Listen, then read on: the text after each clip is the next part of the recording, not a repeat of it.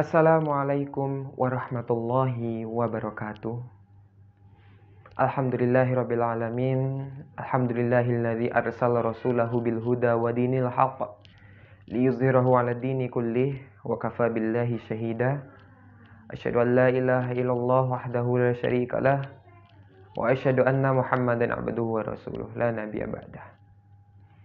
Alhamdulillahirabbil alamin. Saya Rifki Fatin Alhamid dari Politeknik Penerbangan Surabaya.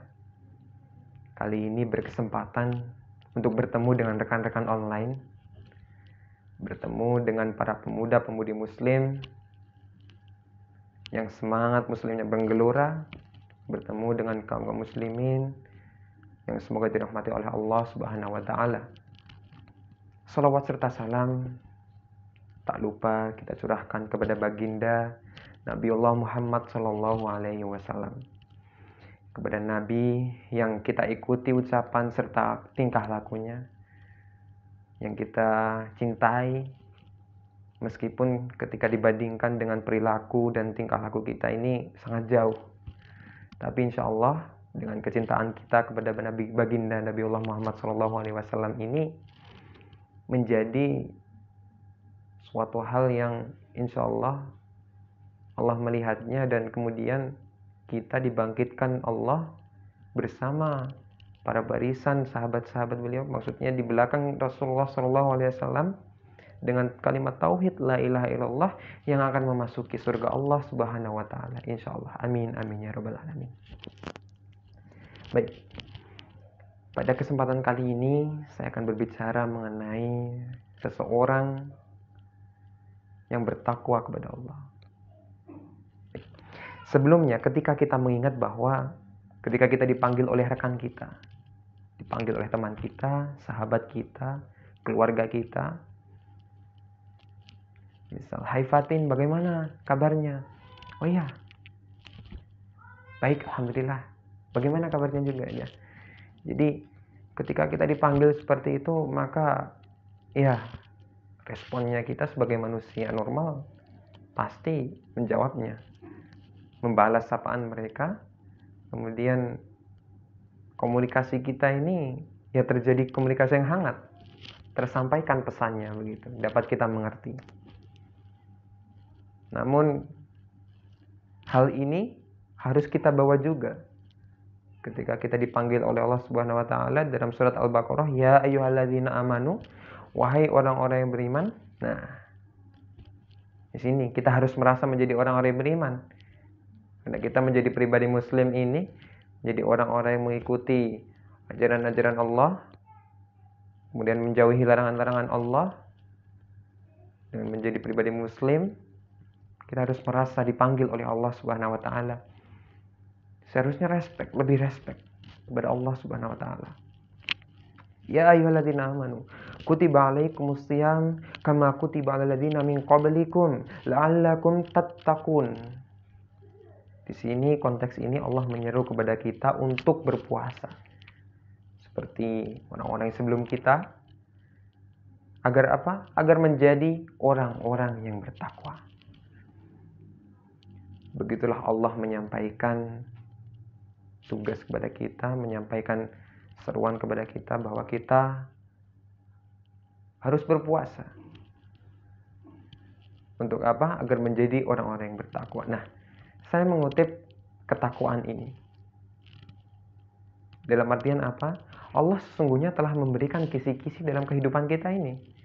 Iya, kisi-kisinya apa? Ya, kehidupan kita di dunia ini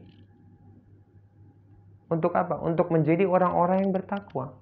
Itulah cita-cita orang mukmin. Cita-cita orang yang beriman apa? Menjadi orang-orang yang bertakwa.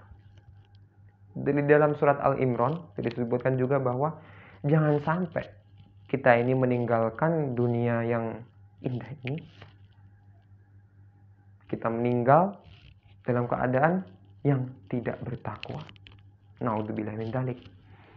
Semoga kita tidak seperti itu. Jadi cita-cita atau ketakwaan ini menjadi suatu hal yang menjadi visi kita dalam kehidupan ini, agar meraih ridha Allah Subhanahu wa taala. Jadi orang-orang yang bertakwa ini adalah cita-cita setiap orang mukmin.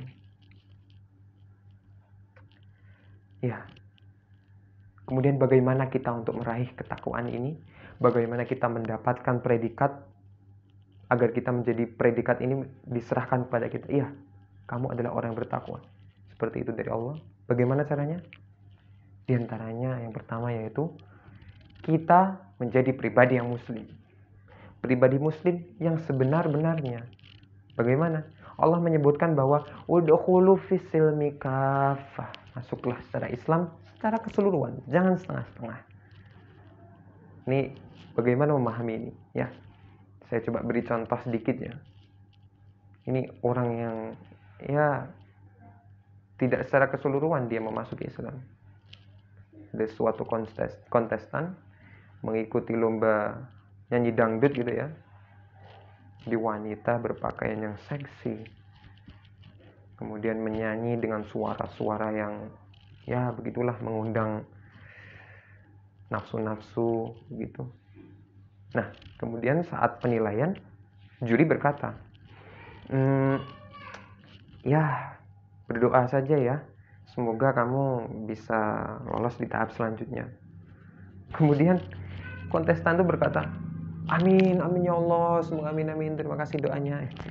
Ini ganjel ya kan, dengan pakainya seperti itu. Kemudian yang diucapkan, naudzubillah min dzalik, semoga kita tidak seperti itu. Tapi dia mengucapkan amin ya Allah. Ini sebenarnya bagaimana? Agamanya pasti Islam seperti ini. Tapi ia tidak memahami konsep Islam secara keseluruhan. Jadi kembali lagi, pribadi muslim yang seutuh-utuhnya harus kita bereskan dahulu. Wala tattabi'u khutuwati syaitan, dan jangan kita mengikuti tingkah laku syaitan, bisikan-bisikan syaitan. Kemudian yang kedua apa? Yang kedua adalah disebutkan dalam Al-Qur'an, wal takum minkum ummatun yadkhuluna ilal khair wa ya'muruna bil ma'ruf wa yanhauna 'anil munkar. Jadi ada segolongan umat di antara kalian yang menyeru kepada kebaikan, menyuruh kepada yang ma'ruf, mencegah dari yang mungkar. Nah, di sini Allah mengatakan ada segolongan umat. Siapa ini? Siapa segolongan umat? Nah, ini harus kita rasa. Kita sebagai pribadi muslim yang sudah beres dari awal tadi, menjadi pribadi muslim yang seutuh-utuhnya, harusnya kita merasa terpanggil. Oh iya, segolongan umat ini, Allah telah memilih segolongan umat ini, yaitu kita. Tidak bisa secara keseluruhan, tidak bisa.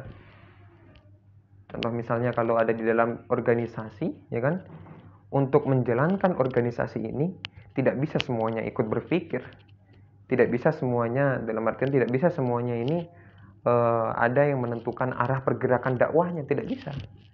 Harus ada segolongan umat, ada segolongan kecil, itu tim inti, pengurus inti, seperti itu. Yang apa? Yang agar dia nanti mengarahkan, menjalankan suatu roda organisasi ini agar berjalan.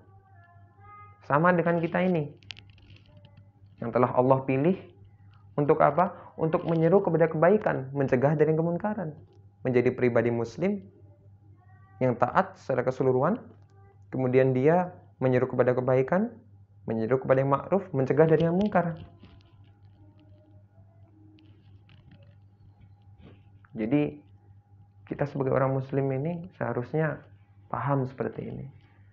Bersama-sama, ketika kita di rumah, kita merasakan bahwa ada tetangga-tetangga kita, ada keluarga kita, saudara-saudara kita. Ini adalah ladang dakwah bagi kita, ladang untuk memperbanyak amal kita. Kita hanya disuruh oleh Allah untuk apa? Menyeru kepada kebaikan, mencegah dari kemungkaran. Selanjutnya, Allah menyebutkan di surat As-Saff bahwa apa? Yaitu secara berjamaah. Jadi kita ini bermuslim, pribadi muslim secara berjamaah. Wa'tasimu bihablillahi jami'an wa la tafarraqu. Jadi kita tidak bisa secara individual saja. Dalam kehidupan dunia ini kita harus berjamaah. Jangan cuma di dunia, kita harus membawa kita harus bukan membawa ya, menyeru. Karena sesungguhnya tugas kita hanyalah mengingatkan. Selebihnya kita pasrahkan kepada Allah Subhanahu wa taala. Hasilnya Allah yang menjadikannya. Jadi tugas kita hanyalah menyeru kepada yang ma'ruf dan mencegah dari yang mungkar. Seperti itu. Dan itu kita lakukan secara berjamaah seperti tadi itu. Nah, insya Allah ketika ketiga hal ini telah kita lakukan dengan baik, kita laksanakan dengan baik, insya Allah predikat takwa akan tertanam kepada diri kita masing-masing. Amin, amin ya rabbal alamin. Baik, semoga sedikit ini dapat bermanfaat bagi kita semua. Dan semoga yang sedikit ini dapat menambahkan semangat kita di akhir bulan Ramadan ini, agar ketika bulan Ramadan ini terlewat, kita mendapatkan predikat takwa dari Allah Subhanahu wa taala. Amin, amin ya rabbal alamin. Cukup sekian dari saya. Akhirul kalam. Nun wal qalami wa ma yasturun fastabiqul khairat. Wassalamualaikum warahmatullahi wabarakatuh.